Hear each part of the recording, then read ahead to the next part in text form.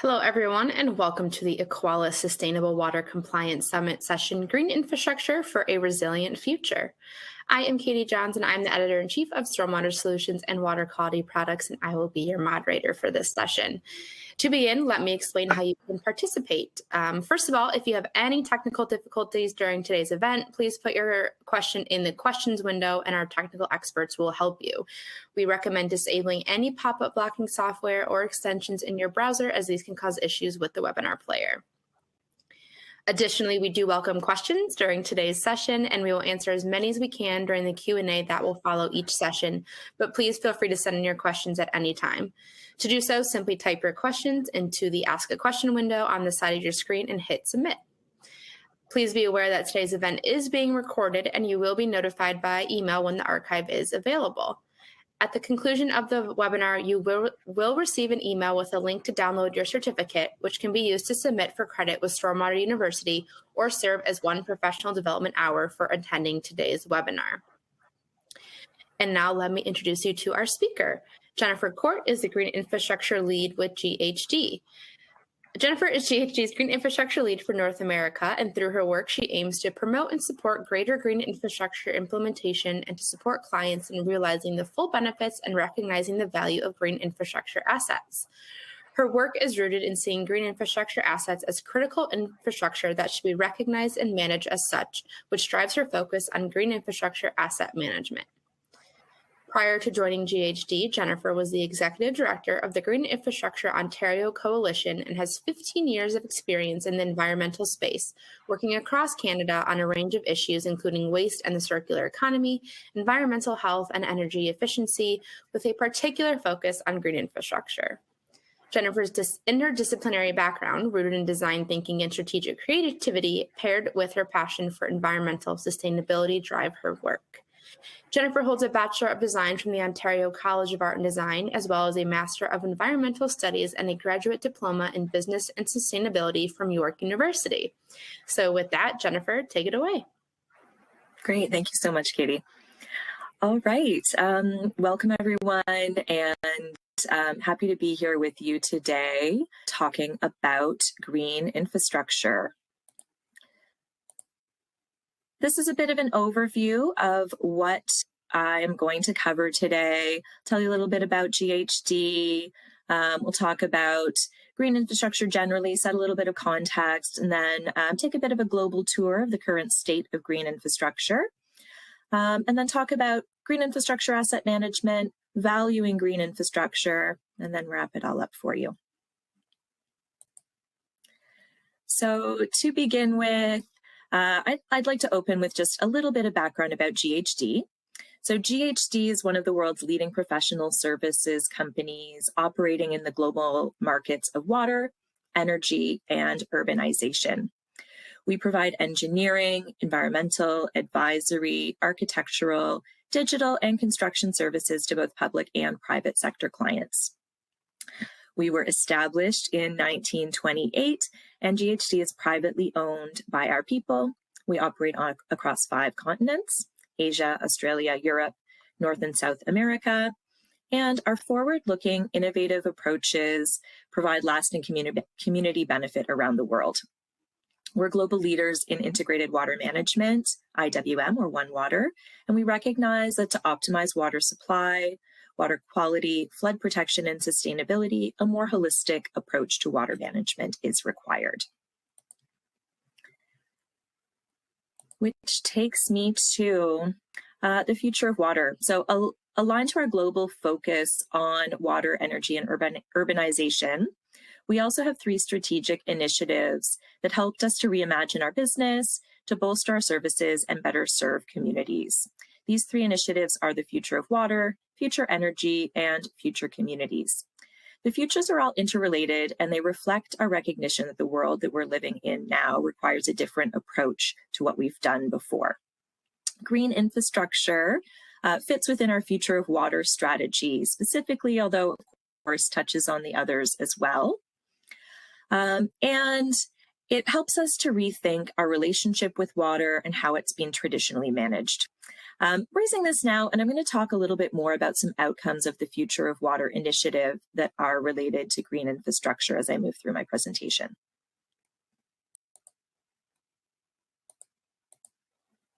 First, though, I'm going to provide a high-level overview of green infrastructure, including definitions and some information about its co-benefits.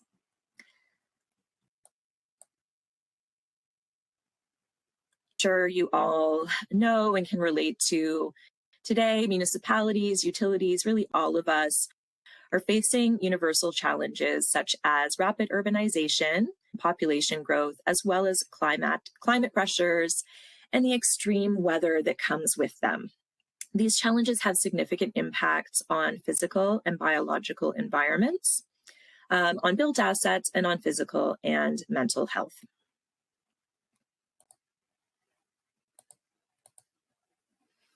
The implementation of green infrastructure can be used to help address these challenges and to support healthier, greener communities. The approach includes the use of assets on a continuum from engineered solutions through enhanced or hybrid assets to natural assets, all of which provide multi-benefit outcomes.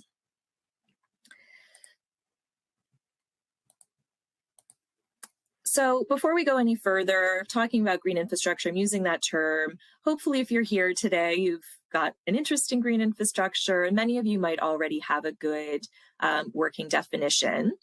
But I always like to get started by making sure that we're all on the same page about what that term means and how it's used.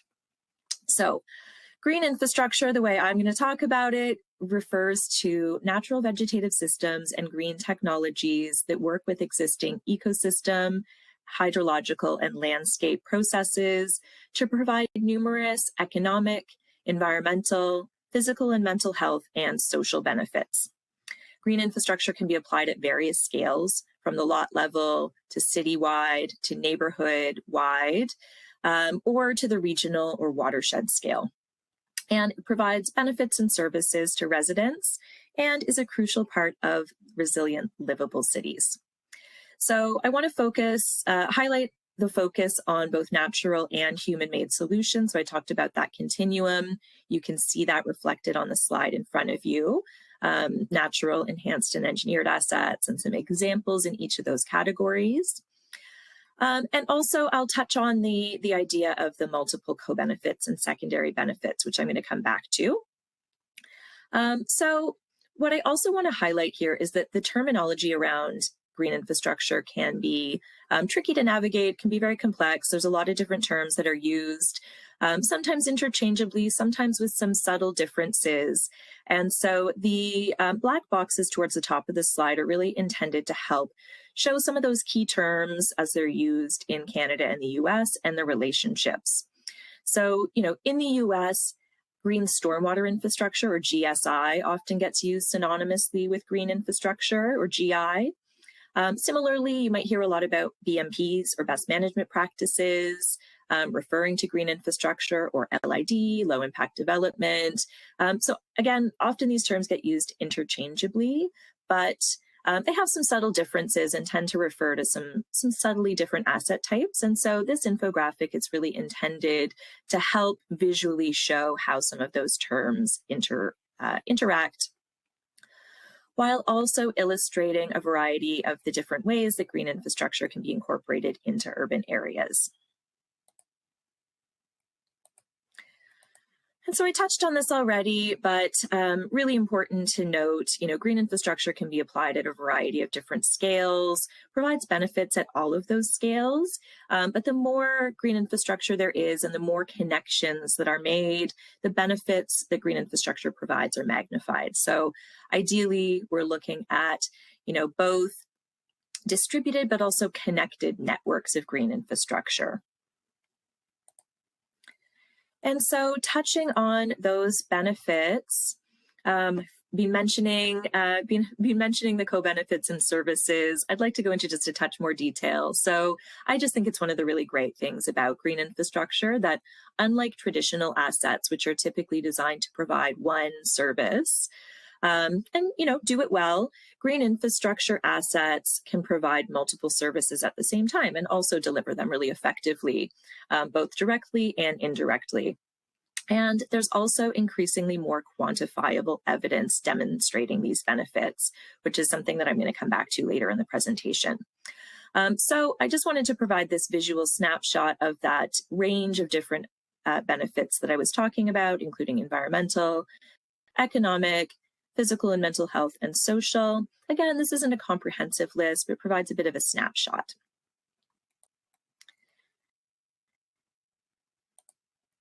And very briefly, again, love visuals. So I mentioned, a lot of terms get used. The infographic highlighted some of the common terms in North America, but there are a lot of other terms that get used internationally as well and in different jurisdictions. And so I just wanted to show you a little bit of a snapshot of some of the terms that get used in different contexts. I'm going to use some of these terms as I talk about the sort of state of global green infrastructure.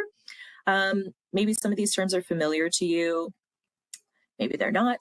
Let me know during the Q&A if there's a term that you're familiar with that I've missed here.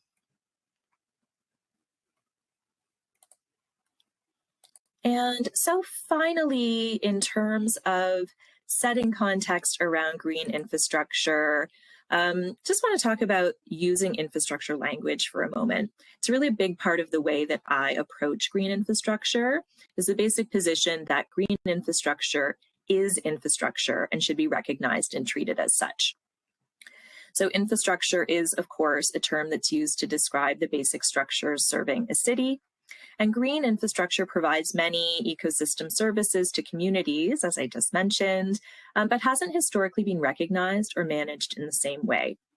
So it's important to ensure that green infrastructure is placed on a level playing field with traditional infrastructure to ensure that these assets are funded and managed appropriately throughout their life cycle, to improve eligibility for funding, and to embed nature into infrastructure policy to try and avoid having it be targeted by changes in government.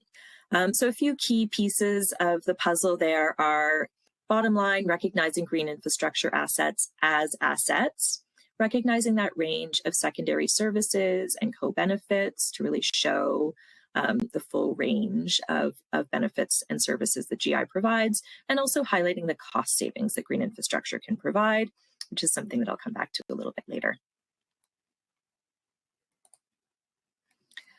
So now that we're all on the same page, I'm going to talk about the current state of green infrastructure in the US and Canada, as well as providing a snapshot of a few other global regions. So starting with the US, in the States, green infrastructure is very stormwater focused. I mentioned, green stormwater infrastructure is a term that's commonly used, and it's typically implemented in response to specific water management priorities, primarily in response to requirements from the EPA. So this might, again, be familiar to some of you, but I hope that you'll bear with me while I provide a little bit of history. And before I do, just going to have a sip of water, so please bear with me.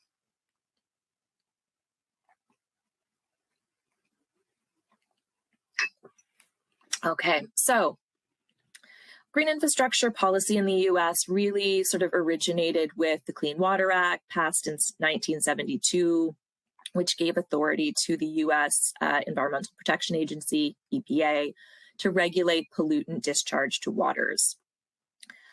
So under the Clean Water Act, the EPA began the implementation of the National Pollutant Discharge Elimination System, or NPDES, which requires polluters to obtain and manage permit for their discharge activities.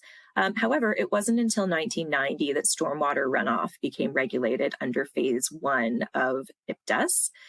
Phase 1 applied to communities with populations of more than 100,000 people that also had municipal separate storm sewer systems, or MS4s. And so that distinction is important because many older cities, particularly in the Northeast and Midwest, have combined sewer systems, which are regulated differently, we'll talk about. So under the National Combined Sewer Overflow starting in 1994.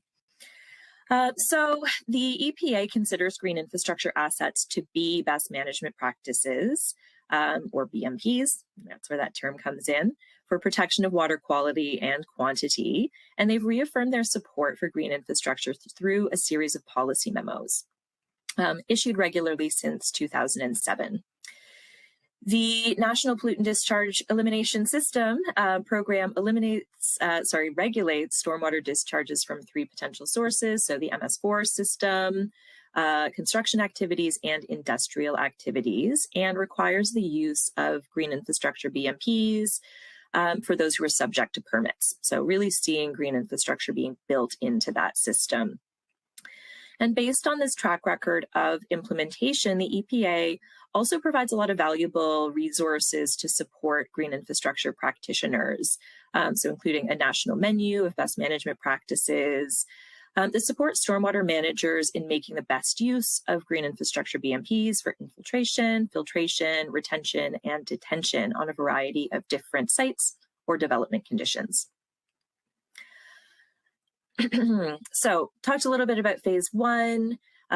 Those communities must now obtain and manage their own permits to discharge stormwater from municipal infrastructure. In 2005, under phase 2, the program was expanded to include cities and towns with populations of 50,000 or more people, and then also including counties, individual state departments of transportation, and other large landowning or stormwater producing entities. So the requirements and stipulations of the permitting can vary significantly on a case-by-case basis, and each state's environmental protection agency is responsible for administering their own permitting program. So there are significant differences that are going to come up regionally. And many states have their own policies and drivers in addition to the NPDES permit requirements. For example, in California, at the state level, green infrastructure is encouraged through policy and grant funding by the State Water Quality Control Board. Many larger metropolitan areas have additional policies and programs and some funding streams in place to support these goals, such as state bonds, related grants that are helping smaller municipalities fund green infrastructure projects throughout the state, many of which provide additional points for disadvantaged communities used in the scoring and selection of these competitive grants. In Northern California, distributed BMPs are encouraged. We're seeing things like vegetated swales, rain gardens along urban sidewalks and parking areas, regional detention basins, and some multi-use areas such as parks, and then similar gravity-based systems. In more built-up areas in Southern California, parks and large parking lots are being retrofitted with underground storage and infiltration galleries as regional facilities. Since space in the right-of-way can be limited, some municipalities are looking more at moving dry wells into the middle of the street as an option to really get out of that crowded right-of-way space. So again, just really showcasing how regional differences really make a big difference, both in terms of where and what green infrastructure is implemented, how it's implemented. Taking a look at the other coast, in Massachusetts, water quality is a significant driver. Mass DEP, the state regulatory agency, allows credit for stormwater BMPs as part of the community's management plan for nitrogen impaired coastal estuaries. So getting a little bit more into that nutrient management side of things. And then BMPs tend to be a little bit more on the natural side, looking at vegetated solutions like bioswales and rain gardens. There's also a priority around coastal resilience and looking at nature-based solutions, both for that coastal resiliency as well as for stormwater best management practices. And then recent data on phosphorus impairment of fresh water is also looking at BMPs and green infrastructure BMPs specifically for phosphorus reduction. So again, a couple of snapshots, obviously not comprehensive, just going to keep moving forward, but just want to give a little bit of a picture of how differently green infrastructure can be implemented given specific regional drivers and conditions. And now I will provide a small case study of a US project from GHD. And this is from the city of Trinidad in California. In 2004, the city of Trinidad received a letter prohibiting the discharge of polluted water to Trinidad Bay and the surrounding areas, which were declared an area of special biological significance, or an ASBS. So that was determined by the state in 1974. The city's existing stormwater system did not incorporate modern retention, treatment, or infiltration design features. So the city's long-term goal was to help protect the ASBS by making improvements to the city's stormwater system, including the implementation of green infrastructure and LID improvements that passively collect, treat, store, and infiltrate stormwater. GHD completed a geophysical investigation and surface water and groundwater models to design infiltration systems that wouldn't affect existing septic systems and culturally sensitive areas. The first phase of the project was completed in 2014, with the second phase funded and completed in 2018, and a final phase completed in late 2022. Specific stormwater treatment technologies included a native plant rain garden, street-side parkable vegetated bioswales, and underground stormwater treatment chambers and infiltration pipes. Systems were designed to treat the 2-year design flow while accommodating 50-year design storm volume. To identify suitable locations for infiltration, soil and bedrock were mapped and characterized, and monitoring wells were installed with continuous data loggers. A groundwater model was created to accurately incorporate the local geology and inputs from surface hydrology, septic systems, and other sources based on geological and groundwater data collected. The calibrated model then provides the ability to assess groundwater-related effects of the stormwater infiltration design alternatives. Another constraint was that parking space generally and parking were limited, and so that's why really looked at those combined systems allowing for both green infrastructure as well as parking located in the right-of-way, bringing in street-side bioswales, that were engineered to be lined with permeable paver systems, so a bit of a combined approach. So GHD was successful in helping the city to develop a watershed-wide plan that resulted in the protection of the Trinidad Bay ASBS. And some great results. So the first phase resulted in a 36.4% reduction in stormwater discharges to the ASBS. Great feedback from residents and business owners, with some residents stating that since construction of the project, the drainage problems that they'd always had during rain events no longer occur. So I really like that example because it shows both, positive feedback from residents, which is always great, but really how green infrastructure can be integrated, intended to solve one specific problem, but then really incorporated into the fabric of a community. So moving along on our global tour, I'm going to provide a quick look at Canada. So a bit of a different situation in Canada, unlike US, where there's a very strong regulatory driver through the EPA. In Canada, there really is not an overarching regulatory driver. Green infrastructure is, however, becoming increasingly widespread and accepted as a best management practice nonetheless. And we're seeing some good momentum around awareness and buy-in both at the federal level and at the municipal level amongst municipal leaders and staff, really seeing, understanding what green infrastructure is and what it can do.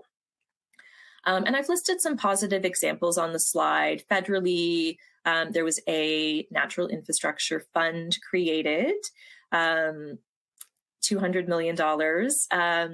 Great start, would love to see more, but really significant to see that funding happening at the federal level. And also inclusion of natural infrastructure being built into more, the language around more programs that are coming out. And so then larger municipalities, we're also seeing the inclusion of green infrastructure and policies and plans. However, some gaps do remain. There's a notable gap at the provincial level, at the provincial government level in terms of buy-in, support, policies. So really seeing it at that highest federal level, at the municipal level, as well as from community members, sort of from the ground up, but missing that sort of middle level. At the city level, though, we are seeing good momentum. It just means that, implementation driven by specific municipalities means that the programs are very local. So, for example, the city of Vancouver has developed a Rain City strategy, which was adopted by the mayor and council in 2019 and articulates the aspirational goal of having Vancouver become a water-sensitive city, which is a term I'm going to come back to. The strategy has the overarching goal of capturing and cleaning a minimum of 90% of Vancouver's average annual rainfall over the long term, and to manage urban rainwater runoff from 40% of impervious areas in the city by 2050. Of this target, 30% will come from redevelopments, and the remaining 10% will be achieved through the implementation of strategic retrofits of impervious surfaces across the city, with a particular focus on green infrastructure. So I'm actually going to come back to Vancouver in a moment. But so to provide another snapshot, also a little bit West Coast, but shows a different focus on a different type of assets.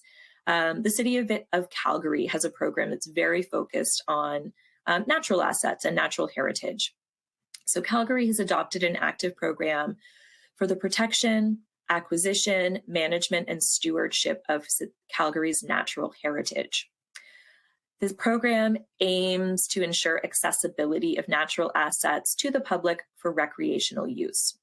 So the City of Calgary uses a natural infrastructure plan, which has been in place since 1994, that establishes overall policy direction and strategies for the management of natural assets in the city. So the term natural assets here, again, so much nuance in the way these terms are used in the City of Calgary's context, does have that focus on the natural side, but does also extend into a little bit more of what we would describe typically as enhanced and engineered assets, as well as those more natural green assets like trees, forests, grasslands, shrublands, and waterways. So in addition to that focus on natural heritage, another driver is source water protection.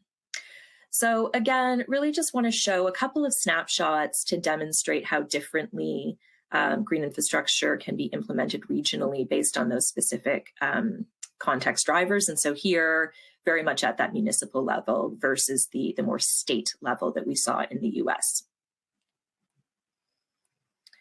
So coming back to Vancouver, I'm going to provide another case study from GHD, some work that we completed for the City of Vancouver, driven by that Rain City strategy that I mentioned, and the associated rainwater capture targets, meaning that the city will need to significantly scale up the number of green infrastructure assets that they manage and deploy. GHD was engaged by the City of Calgary's Green Infrastructure Implementation Branch, or GII branch, to develop a comprehensive, scalable green infrastructure asset management program to enable cost-effective management of the city's current and future green rainwater infrastructure assets across their full life cycle, and to support the effective governance of green infrastructure over the long term. So the City of Vancouver does sometimes use green rainwater infrastructure, or GRI, as well as green infrastructure. I'm going to just use green infrastructure throughout the rest of this case study. Again, coming back to that terminology and all the different language that gets used. So GHD conducted an in-depth evaluation of the city's existing green infrastructure asset management, operations, and maintenance protocols. This included a detailed data quality review and assessment, and green infrastructure practices assessment, as well as looking at a sort of an overall maturity assessment. We evaluated the current service delivery model and looked at the expansion and evolution of the service delivery model that would be required in order to meet the city's goals, proposed some different options that could meet their needs. And then we also looked at the associated KPIs and governance models to meet that service delivery target. So developed a living levels of service framework with a series of metrics that would really guide the delivery and the measurement of success for the program, and then proposed several different governance models in order to be able to help the GII branch manage both the current assets, which had been inherited through a number of different branches within the city, and to be able to effectively manage those relationships as the program scaled up. Finally, we looked at life cycle financial projections for different growth strategies a lot, and provided insights around timing, as well as budgeting requirements, potential annual investments, and highlighted challenges and opportunities for efficiencies within the O&M costs as more green infrastructure assets are implemented and assumed by developers. And haven't touched a ton on this yet. I'll get into it a little bit in a moment, but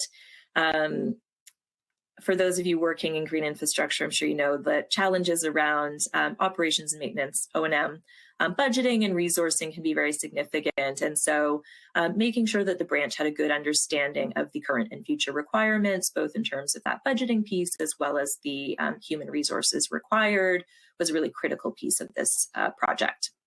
So overall, the results of this project really helped enable the GII branch to make informed decisions about the pace of growth and the rate of asset deployment, balanced against the future life cycle costs, particularly around that operations and maintenance piece. Part of the project was also conducting some peer benchmarking, so interviews with comparable cities across Canada and the US, in order to understand how peer organizations are managing and deploying their assets, and building in some of the key insights from that process in lessons learned. We're going to be looking to share some of those results in the future. So if you're interested, stay tuned. Follow me on LinkedIn, where I will be talking about some of that work. And I'm also going to come back to that idea of green infrastructure asset management in a few moments. So briefly, though, I'm going to touch on Europe and the UK. So in Europe, green infrastructure implementation is very focused on biodiversity, prioritizing connectivity and large natural areas. In the European Union, the European Commission supports the need to develop, preserve, and enhance green infrastructure to stop biodiversity loss and to benefit from the many services that intact ecosystems provide.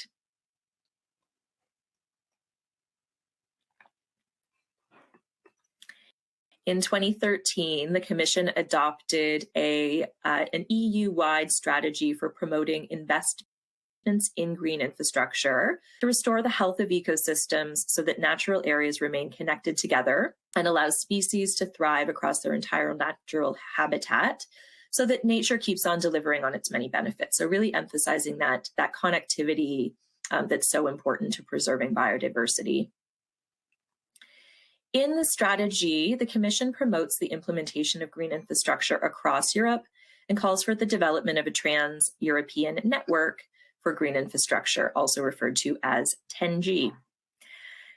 Green infrastructure also is specifically recognized as critical to the success of the EU 2020 Biodiversity Strategy, which requires that by 2020, ecosystems and their services are maintained and enhanced by establishing green infrastructure and restoring at least 15% of degraded ecosystems. So, you know, in the past now, I'm in the process of being updated, but I just want to emphasize that really strong connection to biodiversity. And in fact, biodiversity really is that key driver here. In the UK, an emerging driver for green infrastructure is nutrient neutrality, with a particular focus on phosphorus and nitrogen. So I talked about this a little bit in the context of Massachusetts as well, but really a strong driver in the UK and England in particular, looking at managing the dual goals of managing nutrient pollution while also supporting sustainable development. And one of the ways that developers can demonstrate that new projects won't cause additional nutrient pollution is through the concept of nutrient neutrality, which involves mitigating the nutrient load generated by population growth due to new housing development. So really trying to balance those pressures. Also in England, Natural England, just in January, launched a new green infrastructure framework that helps, that aims to and provides support to increase green cover to 40% in urban residential areas and to improve equitable access to green space. So that idea of equity, I think, is really important. I haven't talked about it a lot yet, but in terms of benefits of green infrastructure, having an even distribution is important, making sure that people, generally people more in a more widespread area are able to access green space, are able to really get all of those physical, mental health benefits, as well as the social activity that green space provides. Okay, so staying in the UK for just a moment, I'll share another case study of a project that GHD conducted in England. So this was really a master planning focused exercise in order to really look at that that development balance again. So the engineering and landscape team had historically prepared a development framework for the Northumberland estates to inform a regeneration master plan for the settlement extension within the west edge of Shiremore, North Tyneside. Anyone from the UK here, I apologize, I'm sure my pronunciation is not quite right. The initial proposed scheme covered the development of a bypass, a mixed-use retail and residential development, which includes enhanced and extended open space and recreation access, linking the existing settlements by offering a mix of retail, office, school, residential development, and a new multimodal transportation interchange. So the framework required us to respond to several environmental sensitivities, including a conservation area, a green belt, a green corridor, and some local wildlife site designations. So the drainage and open space strategy really needed to look at how to conserve and protect the existing landscape features, where enhancements including sustainable urban drainage systems, or SUDS, so coming back to one of those acronyms I mentioned earlier. So we would really just put that under the umbrella of green infrastructure, as well as looking at increased ecological buffers, requiring green and blue infrastructure, so bringing in that strong water element with the blue infrastructure to satisfy the national and local planning policies. So the GHD team undertook the master planning, recreation, and open space strategies, also looking at the highways, servicing and access, civil drainage and environmental engineering, and the sustainable urban drainage green infrastructure strategy.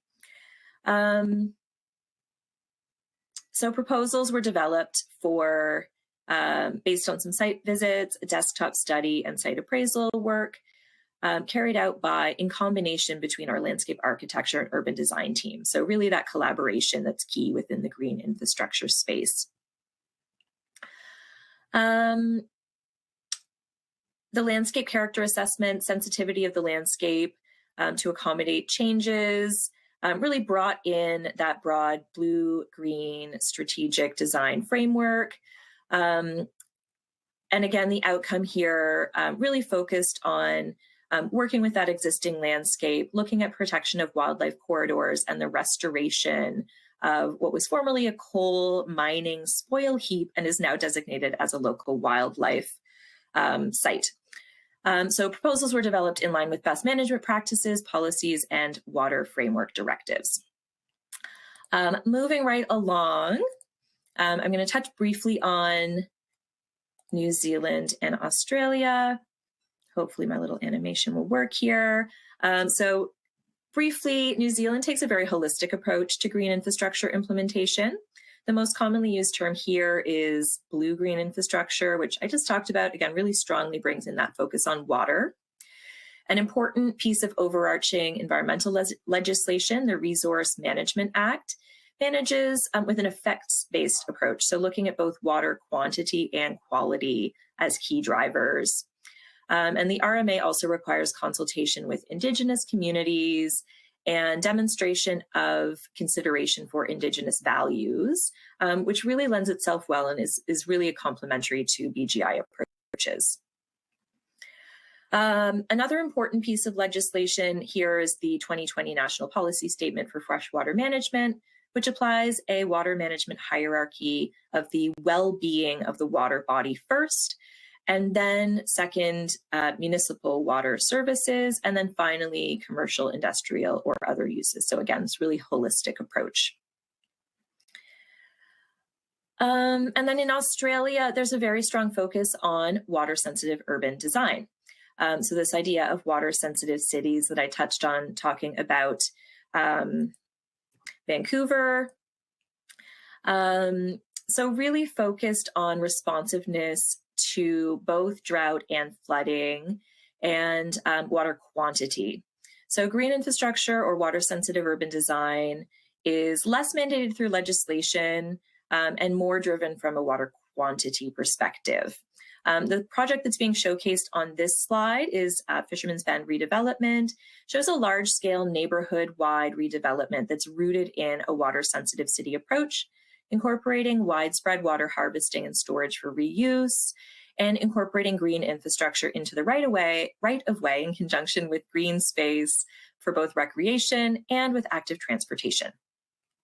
In Australia, we're also starting to see blue-green infrastructure more driven by urban design, urban ecology, and urban cooling, including those water quantity drivers.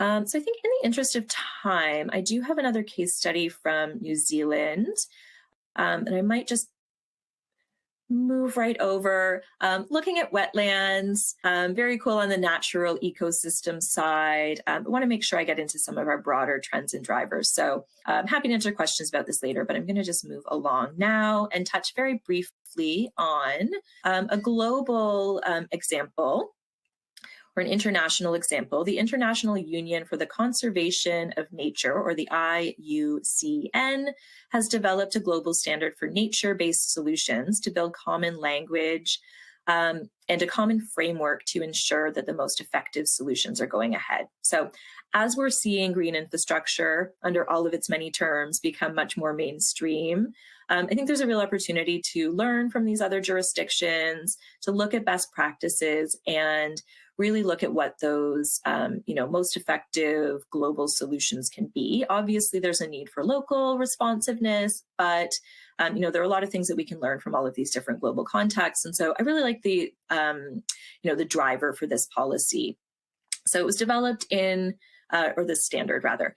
And so it was developed in consultation with hundreds of stakeholders worldwide, and it's designed to help continue that momentum to mainstream nature-based solutions as soon as possible and incentivize positive, sustainable change. So a lot of positive momentum. I'm going to touch very briefly on bringing the conversation back to North America and touching briefly on some key challenges that municipalities and utilities are facing. And I'm sure that these will be very familiar to many of you. So while those co-benefits of green infrastructure are increasingly being recognized by municipal decision makers, municipalities and utilities that are working to implement GI still face challenges. So on the operational side, even though GI practices have been around since the 90s, as I mentioned, they're often still perceived as new and untested by decision makers, particularly here in Canada. It's challenging to get funders and decision makers out of the pilot project mindset, which leads to challenges in the availability of funding for the full life cycle of projects, particularly for some of that pre-development work, but then also really significantly for that operations and maintenance and monitoring piece, which I talked about. So this lack of funding through the green infrastructure asset life cycle is a significant challenge, meaning that the funding needs for green infrastructure assets just aren't necessarily being met. The fact that the funding needs are different than traditional assets also poses some challenges. So capital costs are lower, O&M costs are higher, and often budgets just really aren't set up to accommodate that difference. And then the hands-on O&M needs are also different than traditional assets, which tends to lead to challenges with both expertise and capacity. And then finally, ownership and accountability for green infrastructure assets can be complex. So we talked about this a little bit, talking about Vancouver, that governance piece. So because green infrastructure assets include both vegetated elements as well as subsurface engineered elements and can be built in many different planning zones from the right-of-way, parks, private residential, and new developments, it can be challenging to determine who is ultimately responsible for the funding and delivery of those O&M activities. So a robust asset management program is something that can help overcome a lot of these challenges and is really an emerging area of practice. So I'm going to touch briefly now on this new trend and how it can help at both the strategic and at the operational level. First, I'm going to differentiate between asset management as an overarching practice versus managing assets. So asset management is a prescribed process about collective assets, which balances trade-offs between all of the assets that a municipality manages. Whereas managing assets is making decisions about specific asset types and tends to happen at the operational level. Certainly some common ground, especially around life cycle management, but ultimately asset management, that higher level strategic planning, also sets the stage for the proper management of individual assets. This graphic provides a snapshot of the scope of asset management, really showing how those operational considerations represented in the sort of life cycle circle interact with the more strategic elements. So a couple key things I want to touch on here. So first, at a high level, this is an iterative process.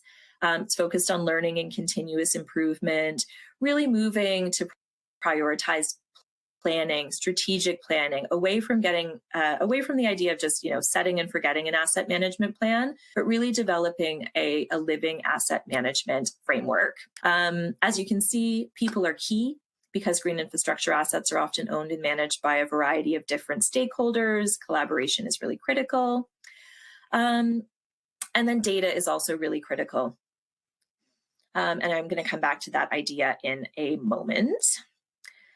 And so I'm going to just touch briefly on this slide, but incorporating green infrastructure assets into asset management plans, programs, and frameworks comes with a lot of benefits. I'm not an asset manager. I came at this from the green infrastructure side, but I've really become convinced that green infrastructure asset management as an emerging practice is really critical to the success of both mainstreaming green infrastructure, but having green infrastructure assets and programs survive and thrive over the long term.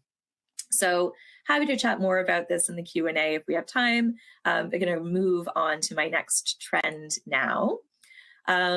Which is different approaches to valuing green infrastructure. So a lot of different ways of thinking about and talking about the value and how we value green infrastructure. It's a very hot topic. 3 aspects I'm going to touch on here today. The first is the value of the asset itself. How do we assign value to a green infrastructure asset, which can include natural elements that grow and provide more benefits over time, as well as those engineered elements. And this is a key question in asset management planning. So while the specific details can vary, there's some specific approaches. The best practice approach is to look at the current replacement value, or the cost of replacing an existing asset with a new asset that will provide the current required levels of service. So especially with those vegetated elements, a tree, it grows, it provides more benefits as it matures. What is the current benefit that that tree is providing, and how do you quantify that? So this is the value for the asset itself, excluding the value of the services that it provides. So one-to-one sort of replacement. That brings us, though, to measurable services. So a critical aspect to quantifying benefits is knowing what services you're expecting your assets to provide and determining what is measurable and how. And then finally, what is the value and benefits? what is the value of the benefits, and services that green infrastructure provides. So this can be determined both by quantifying the direct and indirect benefits, as well as by quantifying avoided impacts. I have a few examples, but I think I'll just, for the purposes of time, move on. Complex topic, lot to dig into. If we have time, I can answer some questions, or you're welcome to follow up with me to dig more into this topic. So for a moment now, I just want to come back to that idea of co-benefits. I already showed you this slide, but what I want to highlight is that increasingly more of these co-benefits can be quantified, which helps with that valuation piece. So I bolded some of the quantifiable benefits here, unsurprisingly, a lot in the economic column, but increasingly more of the environmental benefits and some of the health benefits can be quantified as well. Another way of thinking about economic value is looking at the sector as a whole. This is pretty specific to Ontario, Canada, and I'm not going to go into detail, but I just wanted to touch on the fact that I think this is a very cool study conducted in my previous role as the ED of the Green Infrastructure Ontario Coalition, first of its kind assessment of the green infrastructure sector, broke it into subsectors, looked at the work, the intensity ratios within each of those specific jobs to make up the economic impact of the green infrastructure sector in Ontario.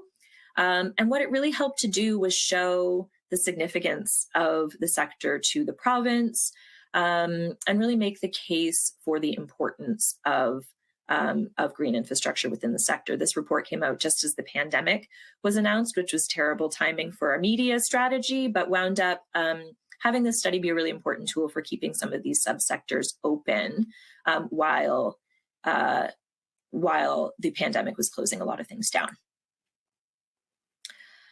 Okay, and finally on economics, I just want to share the results of a study that GHD recently completed, tying back to that Future of Water Strategic Initiative. We recently completed a report on the economic impact of water risks. It's called Aquanomics. Really showed how the health of our planet is inextricably linked to how well we manage our water resources. So from extreme scarcity to rising sea levels, from crippling drought to flooding rains, all of these impacts have a significant impact on, all of these effects have a significant impact on people and places in every part of the world. The challenges associated with climate change are of particular concern for Canada because according to Canada's Changing Climate Report, Canada is warming at double the global mean rate, but significant, of course, everywhere.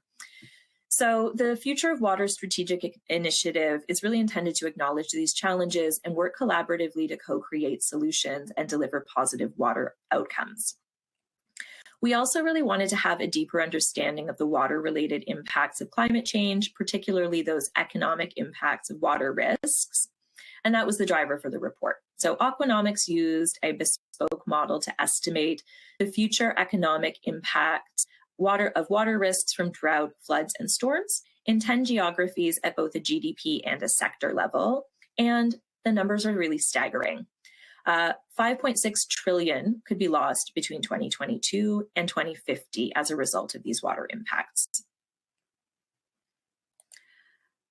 We also projected the risks for 7 specific countries representing a broad range of climates. So Australia, Canada, China, the Philippines, the United Arab Emirates, the UK, and the United States. And I'm not going to go into all of the details here. I'll share a link to the full report in just a moment. There's going to be a QR code if you want to get a camera or scanner ready, if you're interested. Just to show some key impacts, we broke out for both the country. You can see the $3.7 trillion impact to US GDP that's potential from those water risks, and also broken out then into specific sectors and linking that to event type. So you can learn more, again, by checking out the full report. I'll also just touch very briefly on Canada. Canada may not be a water-stressed country, but it is a country of extremes. They're becoming more pronounced. And as I mentioned, we're warming at more than double the global rate.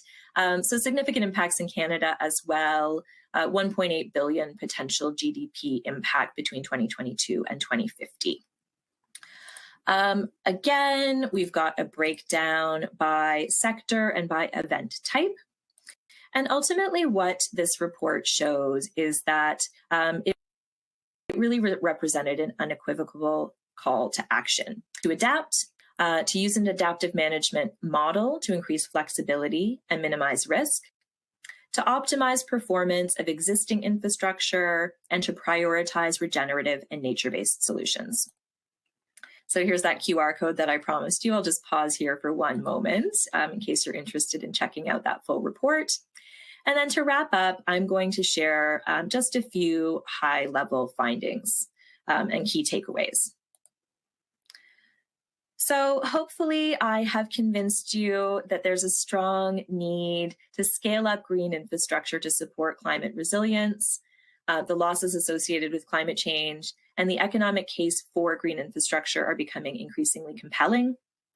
Implementing green infrastructure in an ad hoc and opportunistic manner is problematic. We need to make sure that we've got the right assets in the right places for the right reasons in order to really maximize that benefit and the services that green infrastructure provides, and to be able to really plan for and deliver on those O&M needs.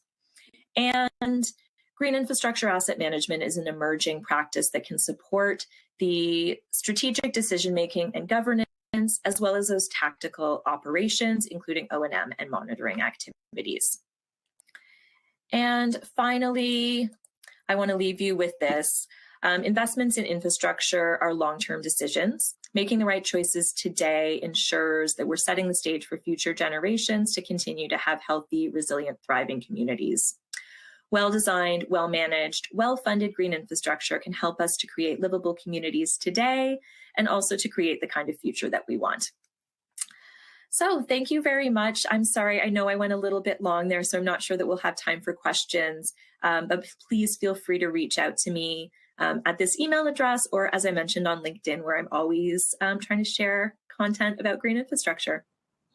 Thank you so much, Jennifer. I think we can squeeze one question in, so let's give it a try. Let me find a good one here. Okay, great. All right. So if a municipality already has a GSI program focused on water quality compliance, how can they ensure that the GSI assets are also supporting climate resilience? Yeah, great question. So, as I really emphasized here, I think co-benefits are one of the great things about green infrastructure assets.